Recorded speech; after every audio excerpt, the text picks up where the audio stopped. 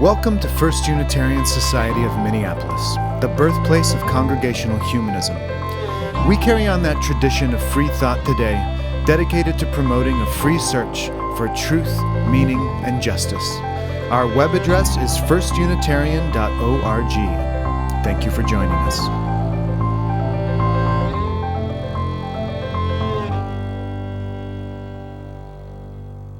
My little sisters, when they were probably around 6 and 8, had an LP record called Under the Musical Mushroom with Mrs. Migsy. It wasn't music at all. It was stories, or what we used to call in Sunday school object lessons. And my sisters played it so much that I can still repeat some of it word for word. And one of the stories was about a little VW bus and was based on a verse found in the Christian Testament at Hebrews 13:5, where it says, "To be content with such things as you have." And in the story, the little bus complains and complains and complains about being small and not as powerful as the other buses. It whines, it gripes, it annoys its passengers. And then comes a time when the bus has to get through a tight spot and is able, against all odds and because of its size, to deliver its passengers safely home, who then remind the bus not to complain, but to be content. Has anyone ever told you to stop complaining? Isn't that annoying? I hate it when people say that. I mean, it's rude. It disrespects what I'm feeling. I mean, I should be able to talk about the things that are bugging me as much as I want, because sometimes things really suck. And I want to be able to be sure you know how much they suck. I mean, I'm getting old. Parts of my body hurt that never hurt before. My eyesight is worsening. My hearing's not so good. And nobody seems to care or be able to fix me. I hate that. And you know what really pisses me off these days? Automation. Not being able to talk to a real person. Being forced to start with a chat bot. Getting bounced around from one voice recording to another, having to choose from menu options that don't even apply, and then finally maybe talking to someone who doesn't have a clue what to do. It's so annoying. And can we talk about air travel? Especially now. I mean, how can it cost so much to be herded around in tight lines like cattle and forced to take off our shoes and take out our laptops to get screened and then funneled into this flying metal can, all squashed in like sardines in tight seats with no room to move, and only be given a tiny little package of stale pretzels? I mean, why can't it be more humane? I could go on. Couldn't you? It doesn't feel that there's anything to be grateful for. It's really easy to get in a complaining mood and mode because there is so much to complain about. But I don't really like complaining, not any more than I like listening to complainers. It takes up all the air, it makes it hard to get anything done. In general, it's just a big energy squash. Complaining can be such a downer, really it can. So why do we complain? Simply put, by Wikipedia, complaining is a form of communication that expresses dissatisfaction. And dissatisfaction is a real thing. It's justifiable, and it's something that shows up in our lives on a regular basis because, of course, all of the systems of the world are simply not calibrated to please our specific wants and needs. And so we are dissatisfied, of course, and there's nothing wrong with that, nothing wrong with griping. Complaining is just part of being human, and it's surely not new. The oldest complaint known is in the form of a clay tablet from around 1750 BCE. It's called the E. Nasir Complaint Tablet.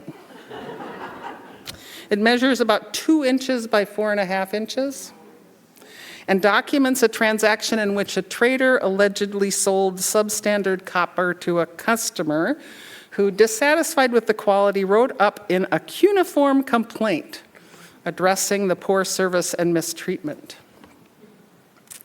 Now imagine being so unhappy as to spend time carving a tiny little complaint in clay. It must have taken hours. I mean, what a waste of time and energy. I can't imagine anyone doing anything like that. All right, I know I'm being flip. But for sure, some complaining is a waste. It can be just ruminating on negative feelings and reinforcing them through constant reiteration of the same thing. And this entrenches this path in our brains. So we just keep doing it over and over again. I've heard that this is like wearing muddy glasses. So no matter what's going on, we find something to complain about.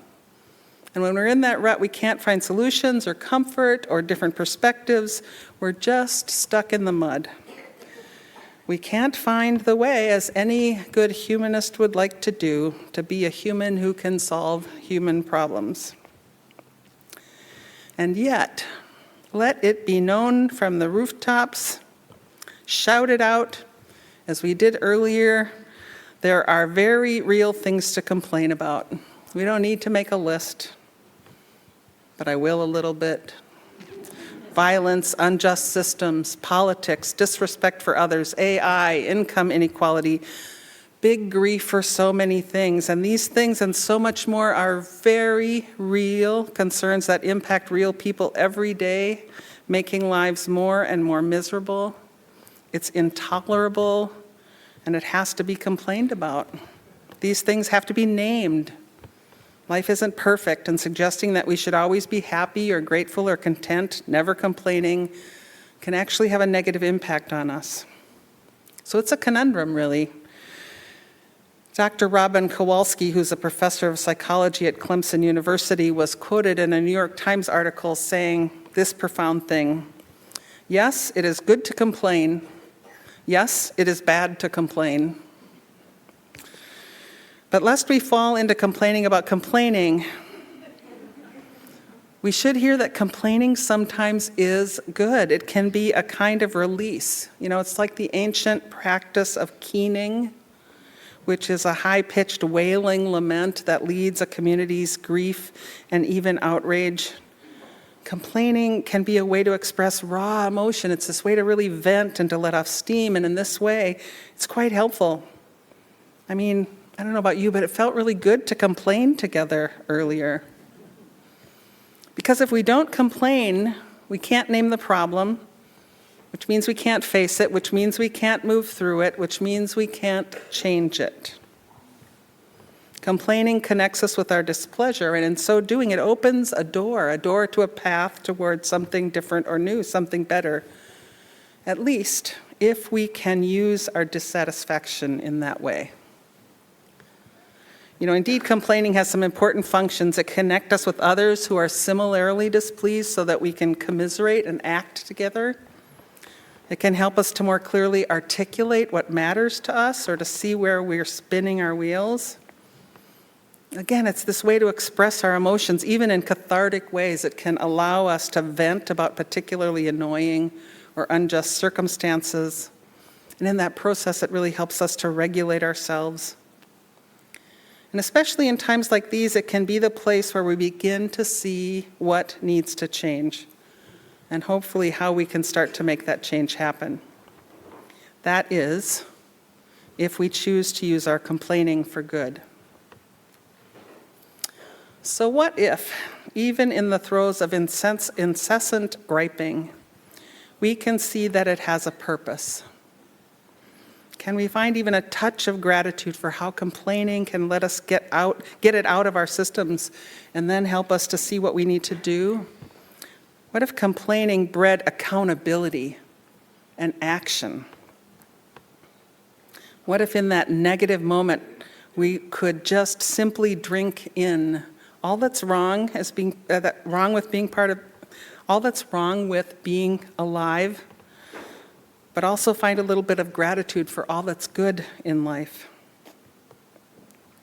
That's what I loved about discovering the complaint choirs. Go Google them sometime.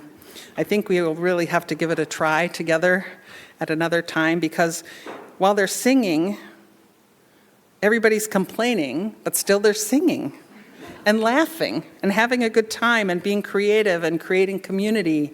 They acknowledge the stuff that's hard, and they keep right on singing. Singing in a group, in the shower, in your head. It just kind of keeps the energy flowing. It allows for human connection. It shows that when we feel displeasure, complaining isn't the only possible response. When we're feeling ungrateful, there are ways to see things differently. The Quaker author Parker Palmer, in his book, A Hidden Wholeness, puts this a little differently. He writes, "When the going gets tough, turn to wonder." Parker asks us to turn to our inner teachers when something makes us angry or uncomfortable or defensive, wondering, why does this spark something in me? And what is this about? Instead of shutting down or blaming or lashing out or just griping, there's an alternative to be found in wondering what else could be true. What am I not seeing? And what's a different way to look at this? What could I do to change or alleviate the pain?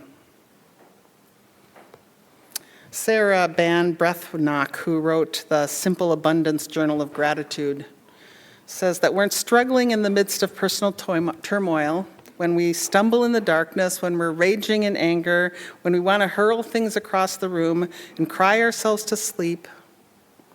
In that moment, gratitude is always waiting patiently to console and reassure us.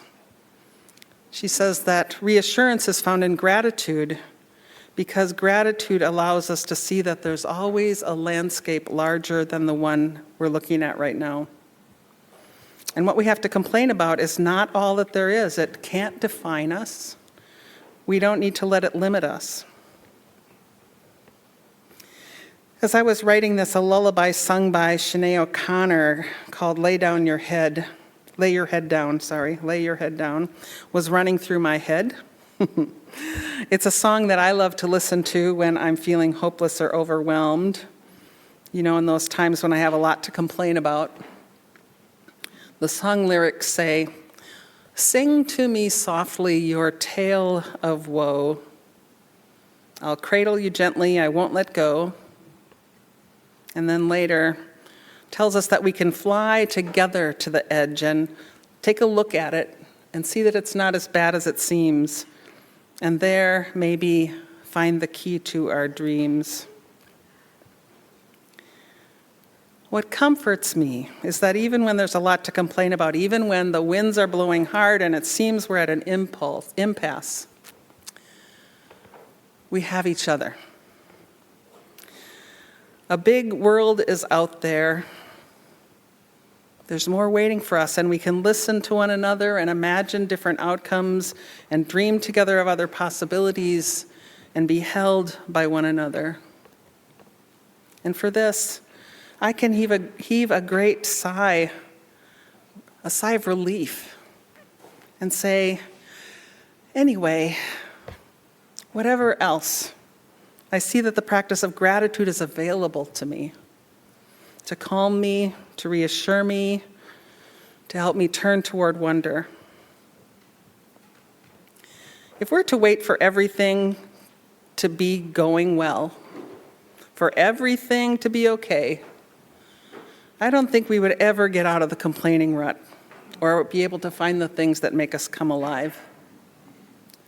My colleague Janet Parsons has said that expressing gratitude might even be an act of defiance, a conscious decision to accept what is taking place in our lives and in the world just as they are, and that gratitude is a choice to see possibility and what we have right in the moment, no matter what else is going on.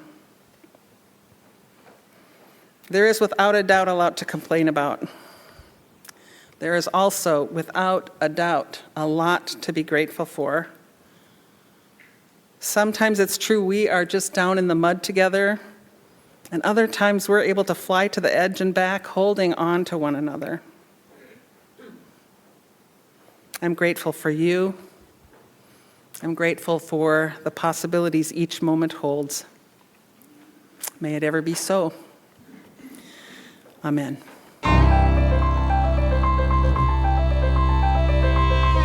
Thanks for listening. You can find much more about humanism and what's happening at First Unitarian Society of Minneapolis by visiting our website at firstunitarian.org.